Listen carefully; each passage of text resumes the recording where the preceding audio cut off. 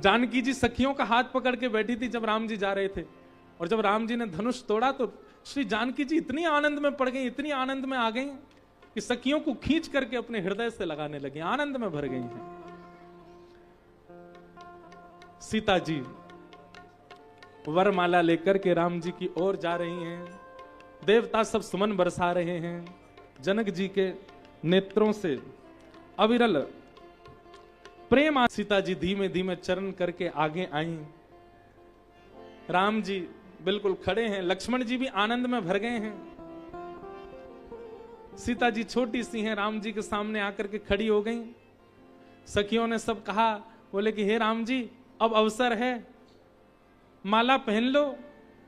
राम जी धीमे से बोले, जानकी जी से कहो वो पहना दें। बोले वो कैसे पहनाएं, आप तो ऐसे तन के खड़े हो, छोटी सी हमारी सीता जी हैं, न झुक जाओ। राम जी नहीं झुके। बोले हम रघुकुल कमल दिवाकर किसी के आगे झुकते नहीं हैं हम। सखी बोली, अब जामाता बनने वाले हो, अब पहुना बनने वाले हो, झुकनो सीख जाओ। सारी सहज ससुराल के लोगन के आगे दामाद को झुकना ही पड़े। राम जी बोले हमको अभ्यास नहीं है, हम झुकना जानते नहीं है, और यदि आपको झुके भय दामादी चाहिए तो कोई और ढूंढ ले। लक्ष्मण जी दूर बैठे विश्वामित्र जी के पास, सखियों ने सबने इशारा करके बुलाया। लक्ष्मण जी दौड़े दौड़े आए। बोले कहिए। बोले भैया से कहो झुक जाएं। लक्ष्मण जी बोले हमने अपने भैया से कभी कोई आज्ञा नहीं करी, आज कैसे कर दें। बोले आज्ञा मत करो, निवेदन कर दो, झुक जाएं। सीता जी कब से माला लिए खड़ी हैं। लक्ष्मण जी ने कान में कही, भैया ने झुक जाओ। बोले चुप रहो, हमसे मत कहो और खुद भी मत झुको, खड़े रहो चुपचाप।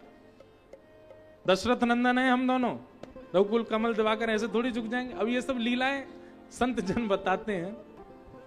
नहीं झुके। एक सखी गई लक्ष्मण जी के पास, बोले लक्ष्मण जी झुका दो राम जी को। बोले कि नहीं झुक रहे, क्या करें, मान ही नहीं रहे, हम आज्ञा कर नहीं सकते, निवेदन कर रहे हैं तो मान नहीं रहे, बड़े भैया की आज्ञा माननी पड़ती है। बोले सोच लो, राम जी अगर झुक गए सीता जी माला पहना देंगी और सीता स्वयंवर संपन्न हो जाएगा, तो राम जी को तो बहू मिल जाएगी, आप कुंवारे रह जाओगे। लेकिन अगर राम जी झुक गए तो हम आपको वचन देती हैं, आपका काम हम बनवा देंगे।